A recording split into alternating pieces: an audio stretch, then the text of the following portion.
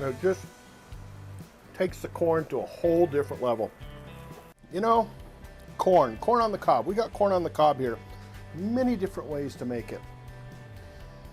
This idea was born out of boredom, right? So you can get corn on the cob anywhere in the United States, right? But we always seem to, just like Grandpa did, is do butter and salt. And there's nothing wrong with that. That's what I was raised on, right? But I was just sitting around the other day thinking, that's boring, right? So I talked to my buddy Steve, who happens to own Uncle Steve's Shake. He's not a sponsor, he's just a friend, and I really believe in his product. And Steve and I were talking about two of his shakes, right? The first one being the sweet and the spicier, and my favorite one is brand new, South Texas Red. I got to ask him, Uncle Steve, what do you think would go well with corn? Which one of those two? And you know, he came back to me and said, you know, actually either one of them would be great. And I thought, you know, he's probably right, but I think I'm going to go with the red. And I don't know why I decided to go with the red, but I did, and I'll tell you what, I was not disappointed. I have half a stick of butter here in this cast iron pan. I'm going to put, I don't know, 3, 4, 5 tablespoons Uncle Steve's red, Texas Red in there.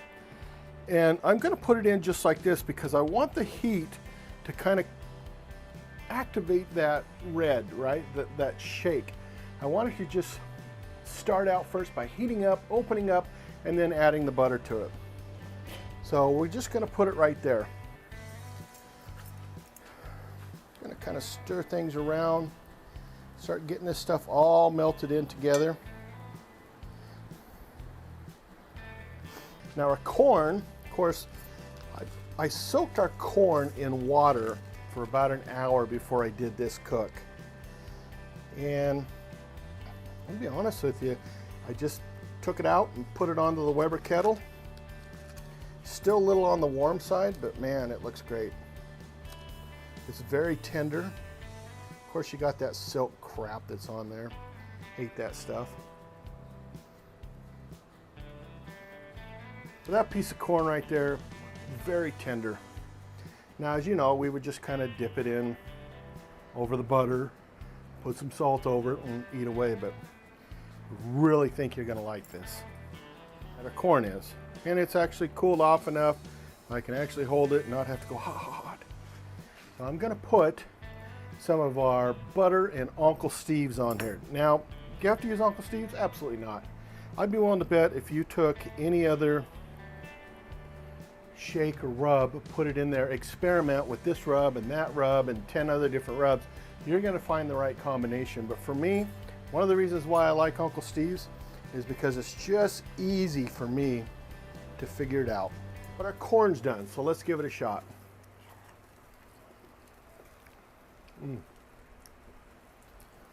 You know, you get that butter with it that you always get. You get a little bit of salt, just like you would with Grandpa, but you also get a bite to it, and that's what I love about this. You get all these different spices in it. Now it just takes the corn to a whole different level.